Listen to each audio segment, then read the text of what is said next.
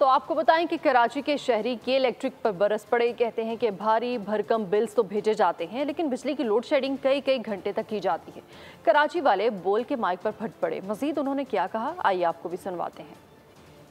क्या इलेक्ट्रिक की इंतजामिया हमारा खून चूस रही है। बिल की सूरत में बिल हर महीने मेरे पास पड़े हुए, बिल भरता हूँ मैं, मेरे पास हर महीने का बिल पड़ा हुआ है। बिल लेते हैं वरना लाइट काट देते हैं, बिल नहीं दो तो।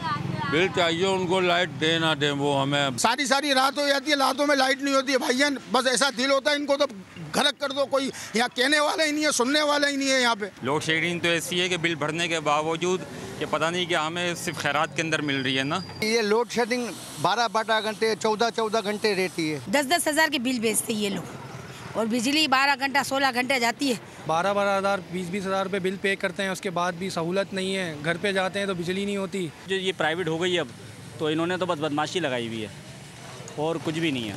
हमारा आवाम का जीना आवाम हराम करा हुआ है। कि जनाब हमने 7 रुपये 61 पैसे कम किए, कोई नहीं, सब ये ढोंगे, कुछ भी नहीं है।